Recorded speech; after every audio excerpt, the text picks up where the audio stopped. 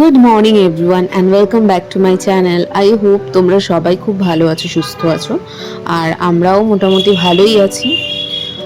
তো আজ হলো সোমবার, শ্রাবণ মাসের দ্বিতীয় সোমবার। তো আজকে আমি একটু উপোস করেছি। উপোস বলতে মানে সারাদিন থাকবো না, ওই 12টা 1টা অবধি, মানে হাফ বেলা বলতে পারো। আর পাগলা বাবার মন্দির আছে আমাদের বাড়ির সামনে, সেই মন্দিরে গিয়ে জল ঢেলে আসবো। আর উপোস করলে তো সাবু ঠাবু ফল টল খেতে হয়, কিন্তু আমি না সেভাবে পারি না সাবু ফল খেয়ে থাকতে। আমার মানে গ্যাস হয়ে যায়, মাথা যন্ত্রণা করে, তাই জন্য আমি নিরামিষ ভাতই খাবো, সেদ্ধ ভাত। আর এইটা একটু আলু পটলের তরকারি করে রাখছি নিরামিষ রাত্রে ভাত খাবার জন্য। রাত্রিরে আর সেদ্ধ ভাত খেতে তো আর ইচ্ছে করবে না, কারণ গরম থাকবে না ভাতটা। দিনের বেলা তো গরম গরম আলু সেদ্ধ ঘি দিয়ে ভাত খেয়ে নেবো। তো ঘড়িতে বাজে এখন 11:15। আমি একটু রেডি হয়েছি। আজকে শ্রাবণ মাসের সেকেন্ড সোমবার, তো উপোস করেছি। পাগলা বাবার মন্দিরে যাব, একটু জল ঢেলে আসি ঠাকুরকে। তো এই কুর্তিটা পরেছি। তো এখন যাই ছাদে, সব গুছিয়ে টুছিয়ে নিই, তারপর বেরাচ্ছি। আর এই যে এখন ছাদে চলে এলাম। ছাদেই তো আমাদের ঠাকুর ঘরটা। অনেকে আবার ছাদে শুনে ভাবছে ছাদে গিয়ে আবার ঠাকুরের কি কাজ করবে। ঠাকুর ঘরটা আসলে আমাদের ছাদের ওপর। তো চলে এসছি। আগে আমাদের ঠাকুর ঘরটা আলাদা ছিল না, 3তলাতেই ছিল একটা হল ঘরের সাথে। তো পরে এই হল ঘর মানে পরে এই ঠাকুর ঘরটা করা হয়েছে। এটা জাস্ট আর কতদিন হবে, 2 বছর হয়তো হবে ঠাকুর ঘরটা করা হয়েছে। খুব সুন্দর ঠাকুর ঘরটা, মানে দেখলেই মন ভরে যাবে এরকম। তো বাবার মাথায় জল ঢালতে যাব, সব কিছু গুছিয়ে নিচ্ছি তার জন্য। তো চন্দন বেটে নিচ্ছি, চন্দন, তারপরে জলের মধ্যে ঘি, মধু, জল গঙ্গা জল, আর ওর মধ্যে দুধ, তারপরে ঘি, মধু সব কিছু একসাথে মিশিয়ে নেব। আর ওর মধ্যে সিদ্ধিও দেওয়া যায়, সিদ্ধি আমার কাছে ছিল না, তো সিদ্ধি তো দিইনি, আর বাকি সব কিছুই দিয়েছি। এই যে মধু আর ঘি সব কিছু ভালো করে মিশিয়ে টিশিয়ে নিয়ে যাব, কারণ মন্দিরে তো খুব ভিড় হয়। সেখানে গিয়ে তুমি বাবার গায়ে ঘি মাখিয়ে তারপরে মধু মাখিয়ে সেইভাবে পুজো দিতে পারবে না। তাই জন্য সব কিছু একেবারে এই ঘটির মধ্যেই একসাথে করে নিচ্ছি। ঘিটা একটু মোমবাতি দিয়ে বের করলাম, নাহলে হাতটা তেল তেল করবে। তো এইমাত্র যেহেতু পুজো দিতে যাবো, তো এরকম তেল তেলে হাত নিয়ে যেতে ইচ্ছা করবে না। আর এই ছোট একটা দুধ আনা হয়েছে, এই দুধটাই অর্ধেকটা আমি নিয়ে যাই, আর মামনি অর্ধেকটা ঢালবে। আমার সাথে আজকে মামনিও করেছে। মামনি তো প্রতি সোমবারই উপোস করে, আর মামনি ভাত টাত কিছু খায় না, যেরকম ফল সাবু এসব খেয়ে থাকতে হয় সেরকমই থাকে। তো মামনি 4টে সোমবারই উপোস করবে। আমি আগের সোমবারে তো করতে পারিনি, কিন্তু এখন ভাবলাম যে এরকম উপোস করব 12টা অবধি, বা তখন গিয়ে মন্দিরে জল ঢেলে চলে আসব। সন্ধেবেলা অবধি না থাকতে পারি না আসলে। উপোস করে যদি তুমি একা মানে ঘরে থাকো বা কিছু তোমার কাজ টাজ সেরকম না থাকে তাহলে ঠিক আছে। আর যদি বাইরে বাইরে কাজকর্ম থাকলে একটু অসুবিধাই হয়ে যায়। তো আমাকে পড়াতে ধরাতে যেতে হবে। অবশ্য অনেকে এর মধ্যেও করে, অনেকক্ষণ উপোস থাকে, কিন্তু আমি পারি না সেভাবে। তো যতক্ষণ পারি ঠাকুরকে ভক্তি ভরে ততটাই পুজো করি। আর মনকে কষ্ট দিয়ে বা শরীরকে কষ্ট দিয়ে তো কোনো কিছু করা উচিত না। আর একটা সন্দেশ এখানে রেখে দিলাম গোপালের জন্য, আর বাকিগুলো নিয়ে চলে যাব। আর এখানে ছোটো কাকু রসগোল্লাও এনেছিল, ভালো বড় বড় দেখে রসগোল্লা। তো এই রসগোল্লাও একটা পাগলা বাবার জন্য নিয়ে যাব, পাগলা বাবাকে দেব। তো এই দিনের বেলাটা একটু মন্দিরে ভিড়টা কম থাকে, সন্ধ্যের দিকেও একটু ফাঁকা থাকবে মনে, বিকেলের দিকে, আর রাতের দিকে ভিড়টা বেশি হয়। এই ঠাকুরের জন্য এটার মধ্যেই রসগোল্লাটা নিয়ে নিলাম, কারণ অনেকগুলো জিনিস করলে না নিয়ে যেতে অসুবিধা হবে হাতে ধরে। আর এখন আমার ভিডিওগুলো মানে লেটে লেটে যাচ্ছে, মানে শনিবারেরটা হয়তো সোমবারে যাচ্ছে, সোমবারেরটা হয়তো আসছে আজকে, বৃহস্পতিবারে যাবে। আর বৃহস্পতিবার দিন দুপুরে বসেই কিন্তু আমি ভিডিওটা এডিট করছি, কারণ যেহেতু ভিডিও মাঝখানে দিইনি, তো আগের ভিডিওগুলো ছিল সেগুলো তো দিতে হবে। আর পাগলা বাবার জন্য আমি বেলফুলের মালাও আনিয়েছি আর আকন্দের মালাও আনিয়েছি। বেলফুল তো এত সুন্দর, আমার খুবই ইচ্ছে করে ঠাকুরকে বেলফুলের মালা দিতে। আমার যেন মনে হয় ঠাকুরেরও খুব পছন্দ হয় এই বেলফুলের মালা, যেহেতু এত সুন্দর গন্ধ, এত সুন্দর দেখতে। তাই আমার মন সবসময় চায় যে ঠাকুরকে বেলফুল, জুঁই ফুল, এই ফুলের মালাগুলো দিই।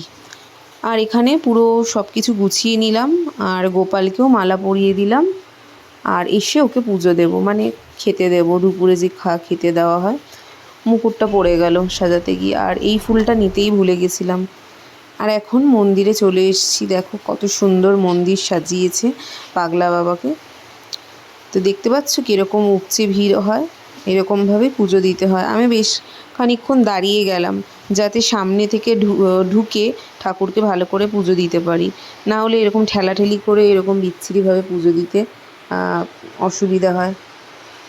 আর এই যে দেখো মন্দিরে কিন্তু আমি যেই সময়তে গেছিলাম ভাবলাম যে ফাঁকা থাকবে, কিন্তু তা না, বেশ ভালোই লাইন ছিল। লাইনে দাঁড়ালাম প্রায় 20 মিনিট 25 মিনিট মতো লাইনে দাঁড়ালাম, তাও এটা কমই বলতে পারো, কারণ এখানে অনেক লাইন পড়ে। তো বাড়িতে এসে ঘরে শিব ঠাকুরকেও একটুখানি জল ঢেলে নিলাম, কারণ ওখানে গিয়ে তো এরকম ঘি মধু মাখাতে পারি না। তো এভাবে ঘি মধু মাখিয়ে এখানে শিব ঠাকুরের মাথায় জল ঢাললাম আর পুজো দিয়ে দিলাম। বাকি ঠাকুরদের একটু মিষ্টি টিষ্টি দিয়ে পুজো দিয়ে দিলাম। এমনিতে তো পুজো দিতে যাওয়াই হয় না, প্রতিদিন মামনিই পুজো দেয়। আগে তো দিতাম মাঝে সাঝে পুজো, কিন্তু আমার ছেলে হওয়ার পরে একদমই আমি যেতে পারি না পুজোর কাছে। প্রতিদিনের মতো মামনিই পুজো দেয়। আর এই যে পাগলা বাবাকে স্নান টান করিয়ে গা মুছিয়ে রেখে দিলাম, মানে বসিয়ে দিলাম ওখানে। আর বেলপাতা, আকন্দের মালা আরও ছিল, আকন্দের মালাটাই দিয়ে দিলাম। এক হাতে ফোন ধরে পুজো দিতে গেলে যা হয়, মানে সব কিছু পড়ে যাচ্ছে। তো আমি আবার পরে ঠিক করে সব কিছু দিয়ে দিয়েছি ঠাকুরকে। আর শিব ঠাকুরের প্রিয় তো নকুলদানা, নকুলদানাও দেবো। আর একটা গোটা ফল দিলাম, কলা দিলাম। এই আমার এখানে পুজো শেষ হলো, শিব ঠাকুরের পুজো। এবার গোপালকে খেতে দিয়েছি মিষ্টি দিয়ে, সন্দেশ দিয়ে। আর সব ঠাকুরকে যে কটা মালা ছিল এক্সট্রা, সব ঠাকুরদেরকে পরিয়ে দিলাম। কি সুন্দর লাগে না ফুল মিষ্টি সমস্ত দিয়ে পুজো দিতে। আর এখন পুজো টুজো হয়ে গেছে, ছেলের জন্য একটু আলু ভাজা করে নিচ্ছি, ওকে খাওয়াবো। আজকে খুব সিম্পল লাঞ্চ, সেদ্ধ আলু, ভাত, ঘি, কাঁচা লঙ্কা আর একটু আলু ভাজা। পুজো টুজো সব করে এলাম, আর ঠাকুর ঘরেও পুজো দিয়ে এলাম একটু দুপুরে। ঠাকুরকে ফুলমালা দিয়ে মিষ্টি দিয়ে পুজো দিয়ে এলাম। আর তুমি কি খাচ্ছ? আলু বাবা। আলু বাবা খাচ্ছে, না আলু ভাজাটাকেই আলু বাবা বলছে। তো বেশ এরকম লাঞ্চ করতেও কিন্তু ভালো লাগে মাঝে মাঝে। চলো খেয়ে নিই, তারপরে কথা বলছি। ঘড়িতে বাজে এখন 6:45, একটা পরিয়ে এলাম, তো আরেকটা আছে। হ্যাঁ, গিনি দিদির কাছে যাব পড়াতে। কি বলছো বাবা? মুখ ভেঙাচ্ছে। তো কি এখন বানাবো ওর জন্য স্ন্যাক্সে, আমি সেটাই ভাবছি। কি খাবি? কি বানাবো না ঠিক বুঝে পাই না, কি দিলেও ভালো খাবে। কি দেখি কি বানানো যায়, কিছু একটা তো বানিয়ে দিতে হবে। তো আবার একটু পরে কথা বলছি, ওর জন্য বানিয়ে নিই কিছু স্ন্যাক্স। তো অনেক ভেবেচিন্তে ছেলের জন্য এরকম চিড়ের পোলাও বানালাম, কিন্তু বানালে কি হবে, আমাকেই খেতে হলো। ও কিচ্ছু খেলো না, একটু দুটো মুখে দিয়েছি, ও এক এক করে ফেলে দিল। আর দেখো মানে বাড়ির সামনে তো মেলা বসেছে, তো ছেলের ছোদ্দা যেন ওকে গাড়িটা কিনে দিচ্ছে কি বলে। তো ঘড়িতে বাজে এখন 11:40, ওনার চোখে এখনো ঘুম নেই, আর ওর বাবা এখনো ঘরে ঢোকেনি। বাবা একটু চুপ করে দাঁড়াও। তো আমাদের এখানে তো শ্রাবণ মাসের সোমবারগুলোতে একটু ভিড় হয়, তো দোকানে বিক্রিবাট্টা হচ্ছে, ওর বাবা এখনো ঘরে আসেনি। আমি এবার ছেলেকে নিয়ে শুয়ে পড়বো, অনেকটা রাত হয়ে যাচ্ছে। আর চেষ্টা করবো একটা ভিডিও অন্তত এডিট করে তারপরে শুনি। না রে, সকালবেলা একদমই সময় হচ্ছে না, মানে যেহেতু 2টো থেকে পড়ানো থাকে তার মানে তাই জন্য আর মাঝখানে সময়ই পাই না যে এডিটটা করে নেব।